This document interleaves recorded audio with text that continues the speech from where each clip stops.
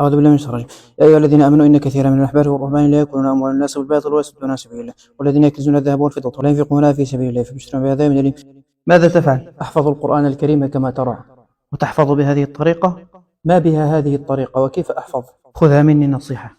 إذا أردت أن تحفظ القرآن الكريم يستحسن أن تحفظه بطريقة التجويد، لا بطريقة التجويد المثقل ولا التجويد المسرع، بين يا أيها الذين آمنوا إن كثيرا من الأحبار والرهبان ليأكلون أموال الناس بالباطل ويصدون عن سبيل الله والذين يكنزون الذهب والفضة ولا ينفقونها في سبيل الله فبشرهم بعذاب أليم. هذه الطريقة لها عدة فوائد.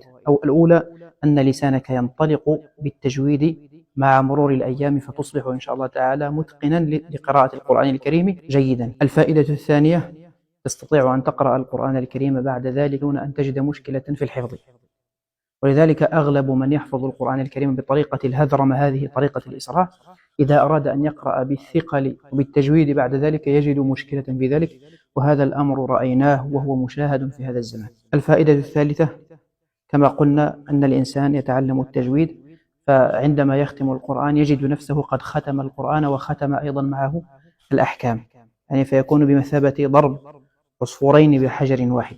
الفائدة الرابعة أن هذه هي الطريقة التي ينبغي أن يقرأ بها القرآن في شرع الله سبحانه وتعالى.